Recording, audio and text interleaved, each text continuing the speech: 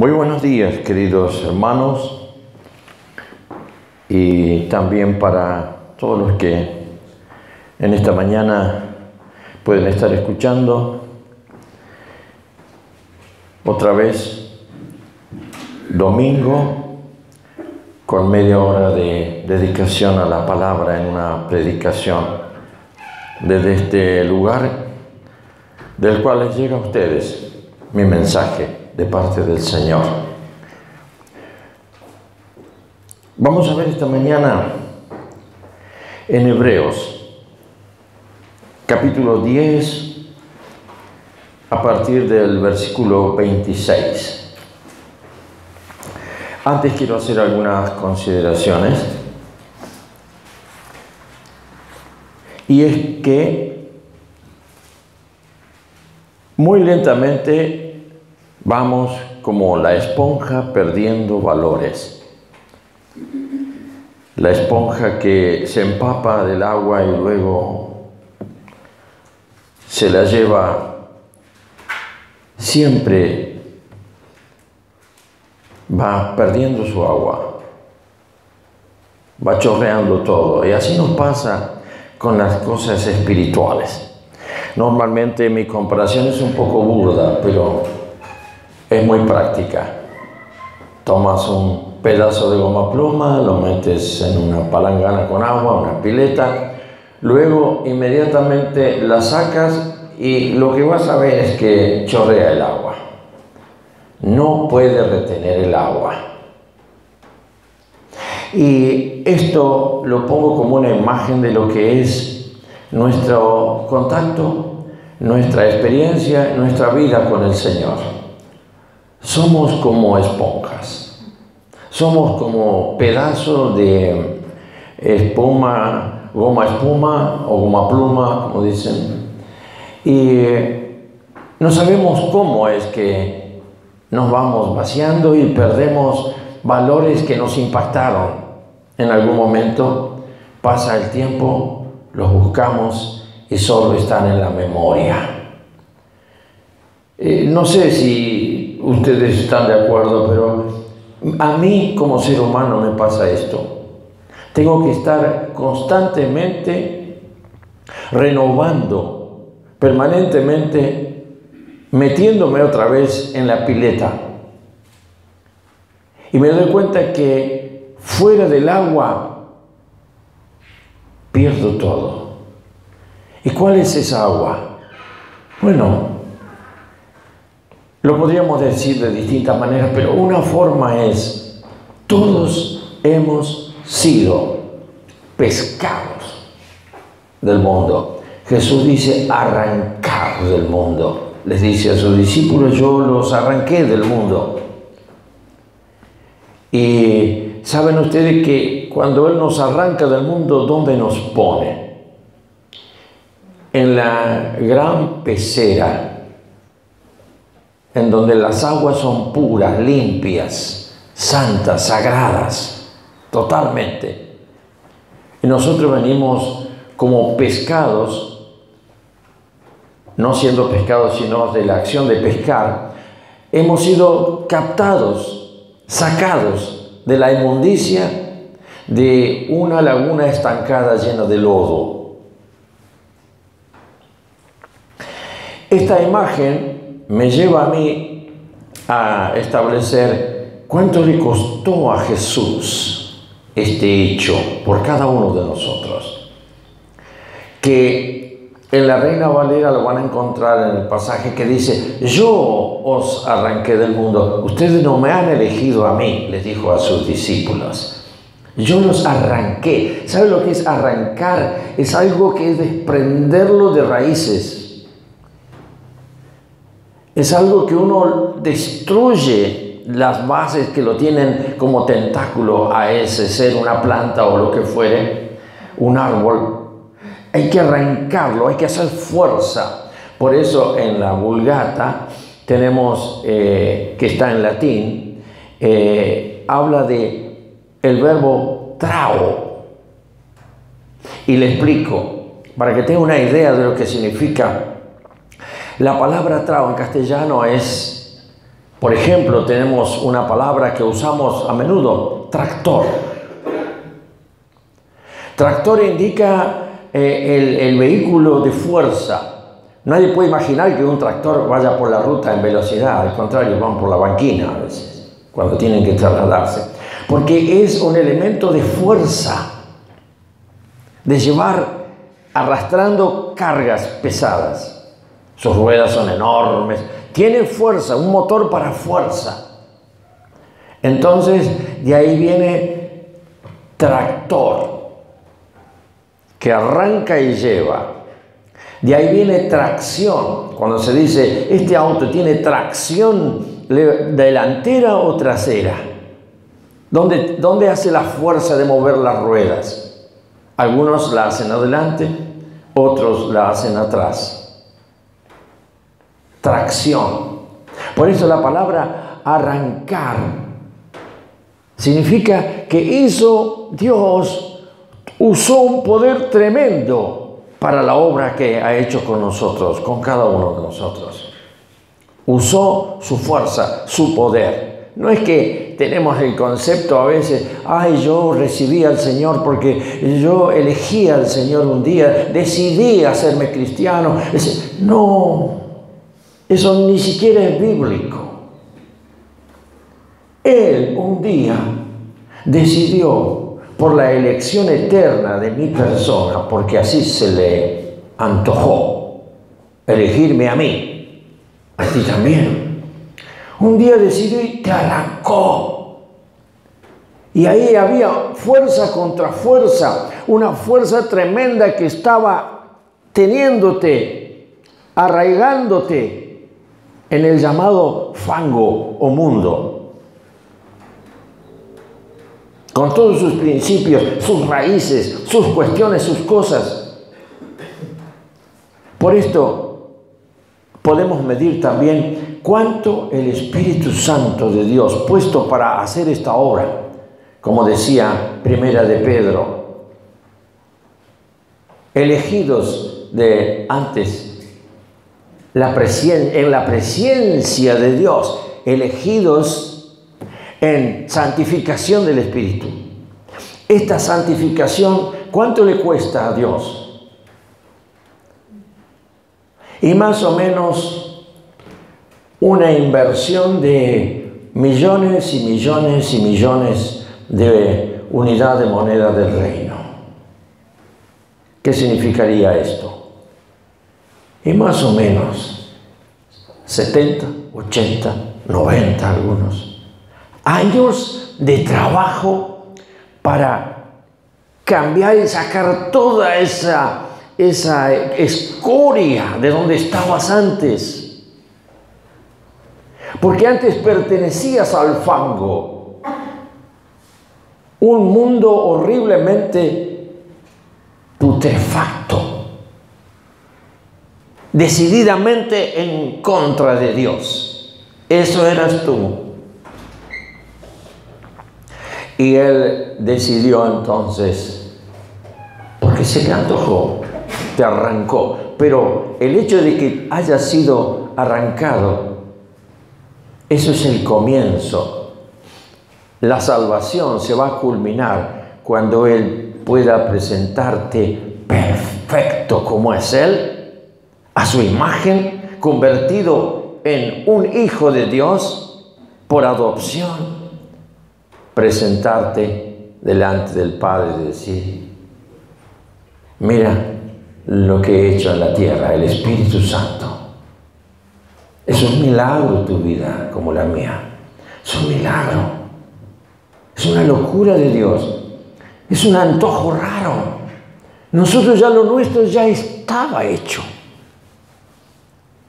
Ya teníamos que seguir con el mundo si éramos eso.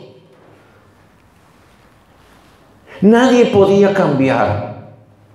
Satanás era el dueño de eso que soy yo y que sos vos. Y de eso que es millones y millones de seres que ya no están. Y los que todavía están. Él es el dueño del hombre. Él se apropió de la humanidad.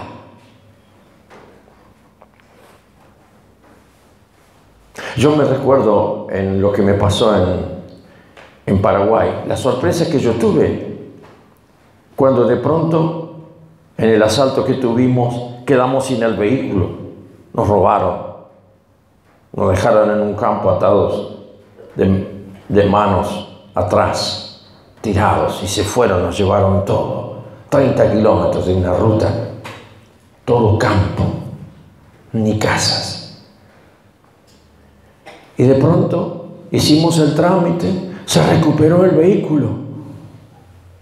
Se recuperó el vehículo.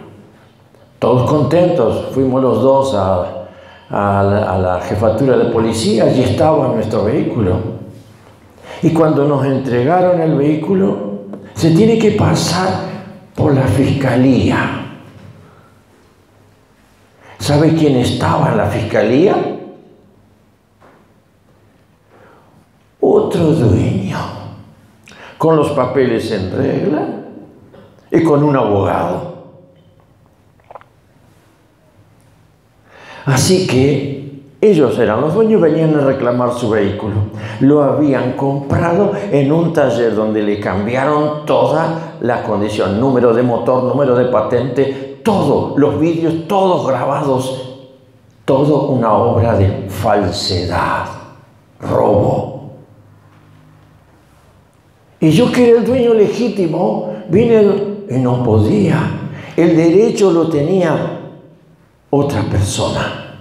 ¿Falsamente logrado? Sí, pero ahora en su país, en donde estaba el auto, él había logrado ser el dueño.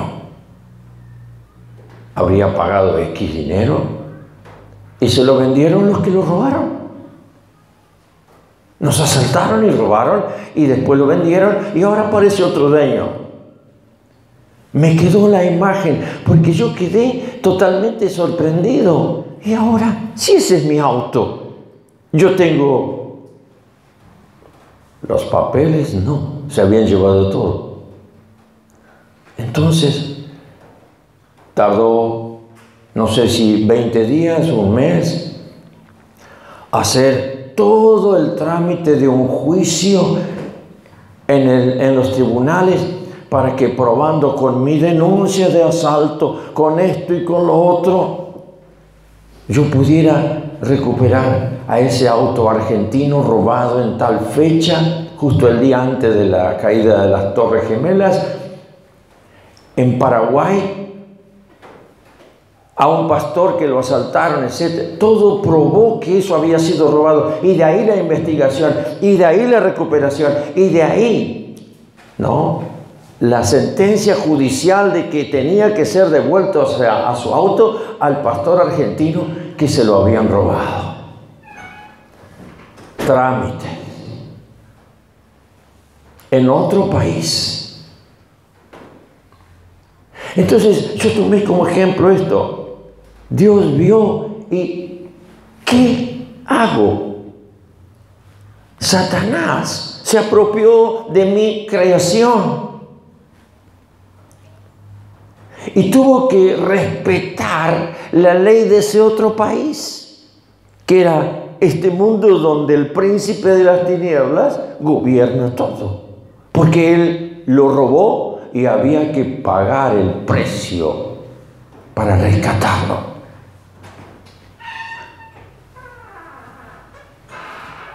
¿Y cuál era el precio? Vida. ¿Por qué? Porque el Dios de la muerte está muerto. Y Él lo que quiere es tener contacto con la vida que cada uno lleva. Por eso dice que la naturaleza también gime con dolores de parto, esperando el día de la liberación de los que están vivos. Por eso Satanás anhela estar en un cuerpo humano. ¿Por qué? Porque su espíritu siente esa sensación en la sangre caliente, la sensación de vida, como si estuviera vivo. Él está ahí metido. La vida, porque es Dios de la muerte. Y como él sabe que es muerte porque perdió la vida, él estaba vivo, disfrutaba de la vida de Dios y quedó muerto por ponerse en contra de Dios. Por eso ganó al hombre, que era la segunda creación y tenía vida. Y ahora le pertenecía. ¿Quién me lo quita? Es mío. Había que pagar el precio del rescate. Eso es lo grande que podemos ver. Que hoy nosotros, al ser tomados, arrancados de ese mundo horriblemente asqueroso de muerte, vivimos como si nada hubiera sucedido. Nos acostumbramos aún a las grandes cosas que nos tendrían que asombrar. Primer asombro el que yo tuve. ¿Cómo? Ese es mi auto.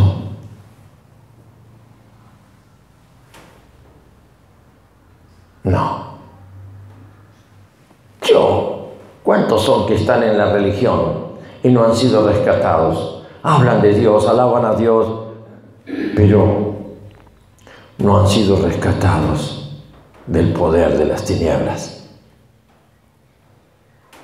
Nosotros, por haber creído en Jesús, Él un día, porque estábamos elegidos, se muestra, le vemos adentro con una visión, un ojo especial. Se llama el ojo de la fe. Lo vimos, lo sentimos y quedamos totalmente transformados.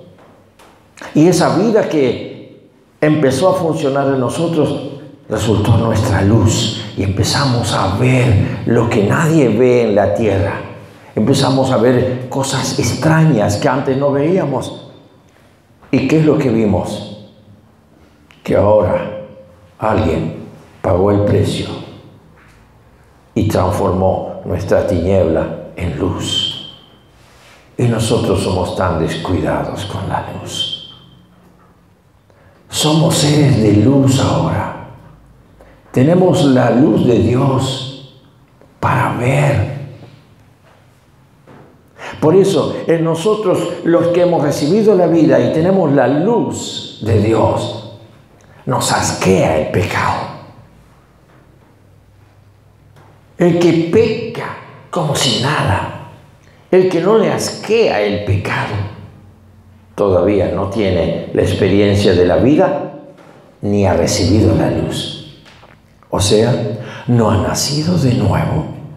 Porque el que es nacido de nuevo no peca, no practica el pecado. Primera de Juan. El que es nacido de Dios no practica el pecado. Porque ahora sabe el cambio que ha sucedido. Ahora ve todo y quiere ver más. Y se ocupa de buscar más para verle más de cerca cada vez a ese que le rescató. Porque nadie podía haber hecho una obra como la que Él ha hecho.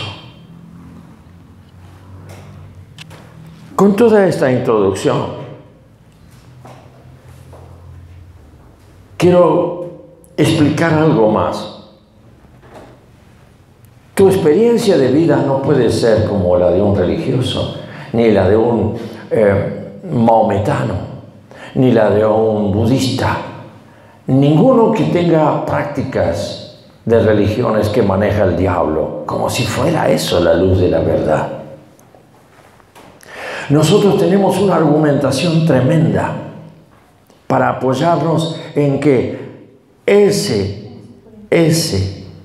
raro y extraño hecho de que el amor de Dios haya llegado a este extremo, de Él transformarse y hacerse hombre, es algo muy, muy fantástico.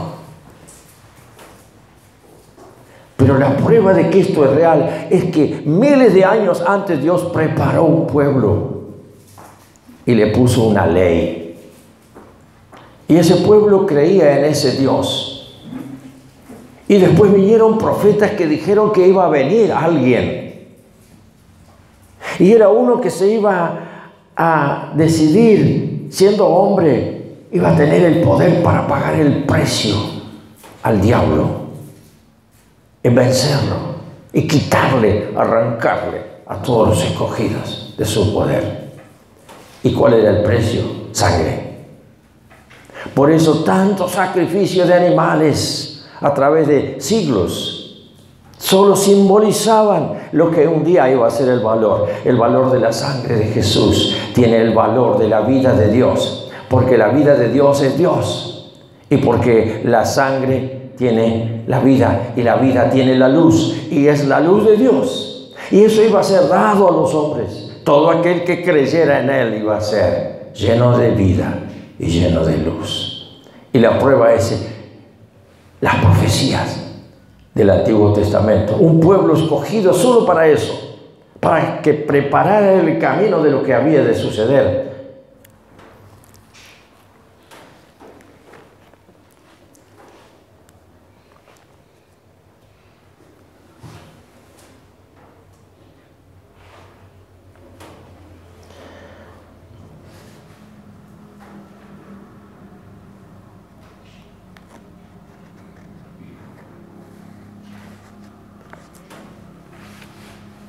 Así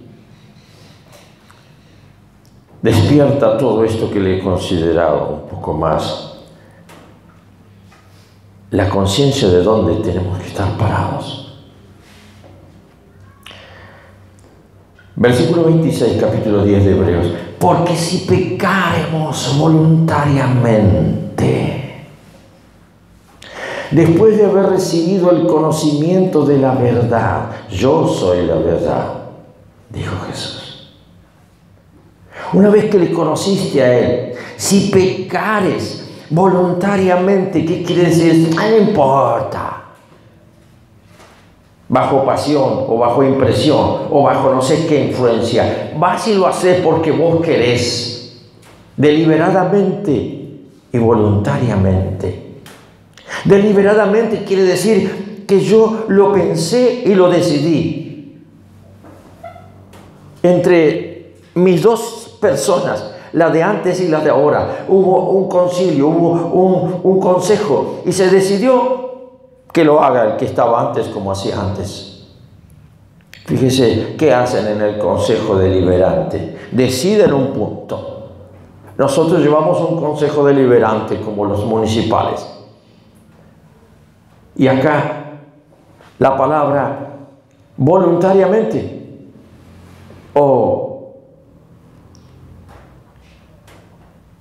deliberadamente es lo mismo. Deliberamos, jugamos la partida. Esto no debo hacerlo, pero sí, yo igual lo voy a hacer. Bueno, acá esto es lo que quiere decir. Si pecaremos voluntariamente o deliberadamente después de haber recibido el conocimiento de la verdad. Esto es para los creyentes. Ya no queda más sacrificio por los pecados. Si lo único que se podía hacer era que Cristo viniera al mundo, diera su vida, derramara su sangre, y eso te daba salvación. Y ahora lo tenés. Igualmente decidí seguir pecando. Entonces, ¿quién te va a salvar? ¿Qué es lo que agrega acá? ¿Qué te queda ahora? Dice el versículo 27, una horrenda expectación. Estás expectante, estás ahí esperando. ¿Qué estás esperando? Una expectación de juicio. Te viene una condenación encima de la cual no puedes escapar. Y expectación de juicio y de hervor de fuego que ha de devorar a los adversarios de Jesús.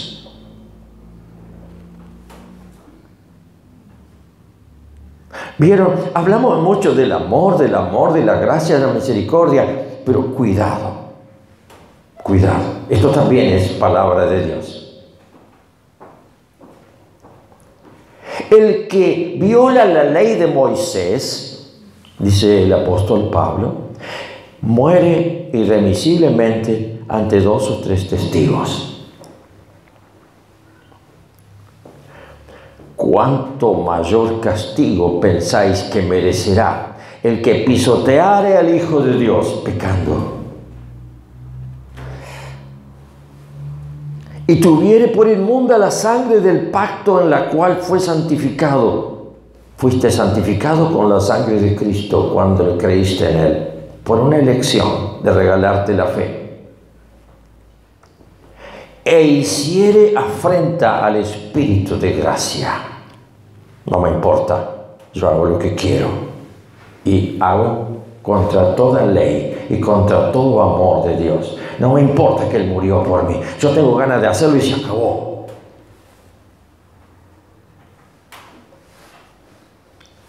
Pues conocemos al que dijo, mía es la venganza, yo daré el pago, dice el Señor. Y otra vez, el Señor juzgará a su pueblo. Horrenda cosa es caer en manos del Dios viviente. O sea, miren cómo tenemos que vivir. Cuidado. Cuidado.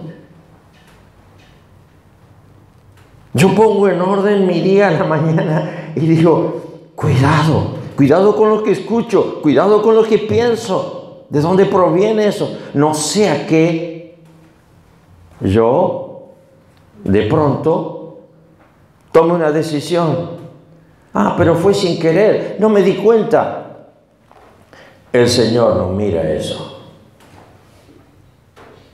Tenías que haberlo sabido. Pero qué bueno que dice que ya no hay más salida. Pero está hablando para aquellos que caen en el pecado contra el Espíritu Santo. Se endurece su corazón tanto pecar. Y caen en un hábito y ya se vuelven como congelados. Y Dios les sigue hablando y huyen como Caín. Caín no tuvo perdón de Dios porque él huyó siempre de Dios y vivió solo en sufrimiento. Pero nosotros, los que hemos conocido la verdad, volvamos a la pileta donde las aguas son en santificación del Espíritu Santo. Allí estamos bien porque ese es nuestro lugar. Y no hagamos más, no demos más lugar a la decisión que antes tomábamos cuando estábamos todavía sin que Dios hubiera usado el poder de la sangre para sacarnos, arrancándonos del poder de las tinieblas. Ahora estamos bajo la luz. Seamos hijos de luz y obremos en la luz, porque somos del día y no de la noche. Que el Señor les bendiga.